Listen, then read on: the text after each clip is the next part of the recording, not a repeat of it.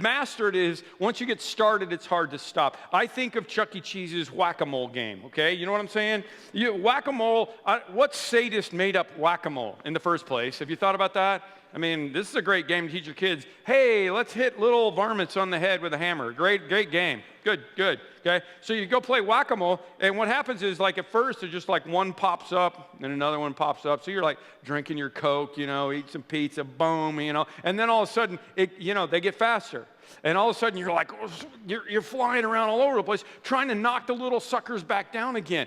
That's what mastered is for me. Okay? That's the best interpretation of the Apostle Paul I could give you. It's a compulsion. It's to be enslaved to something. And it usually starts slow, and it gets worse along the way. Now, I don't want you to take Paul's meaning out of context. I want to talk about this. Everything is permissible for me. I mean, he's not like saying everything is permissible. He's not saying like heroin is permissible for me, or porn is permissible for me, or, murder is permissible for me, but I will not be mastered by it. He's addressing a crowd of people who are arguing over some things that are like questionable in whether or not they should do them in the first place. Like meat sacrificed to idols, drinking alcohol, special days, some of those, that they should observe. And so they're having this religious argument. And I want to say this right up front. That's why he says everything is permissible, but not everything is beneficial, and I won't be mastered by anything.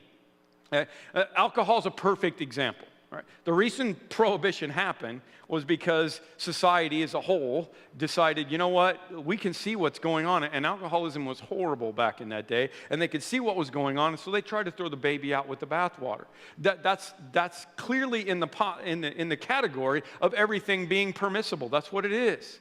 I lived my life full of churches, and some of you did too. Churches full of people who were addicted to food. Have you ever been to a potluck? Okay, they were addicted to sugar, they were addicted to caffeine, they were addicted to television, and they would look down their nose at somebody who had a glass of wine with their meal. And you know those people too, all right? And Jesus said, if you're looking at somebody else and their deal, you got a log sticking out of your eye, and you're trying to get a piece of sawdust out of somebody else's. It's a funny image. Jesus was being sarcastic. He was like, stop doing that. What I want you to concentrate on, and I realize that some of you are living with somebody who's addicted. And I know that your life is hard, and I know you're sitting right there, a bunch of you going, boy, I hope this person hears this sermon really well. And, you maybe watch me on the internet. I'm sorry if your mom made you watch this or whatever, but let's just talk about you. Let's talk about the things that are mastering you. Because the truth of the matter is, we can all be mastered by things. We can be mastered by good things or indifferent things or bad things. All right, my dad was a pastor. He did not touch alcohol because, he was a pastor, and back in that day, that was not cool, especially in Oklahoma where we lived. I mean, he would have been fired for drinking alcohol. He wasn't an alcoholic. You know what he was? He was a workaholic. And he would tell you that today. He was addicted to working. And you know how easy it is to be addicted to working for God? You know how hard it is to take a day off and go play golf or go on vacation when the world's going to hell in a handbasket? I mean, come on, think it through. Some of you are addicted to work too. Maybe it's because you feel like what you do is that important, or maybe it's because that fills up something in your life. So you want to work, or you want the money that comes from work, and you're addicted to that. Some of you are addicted to the opposite of work.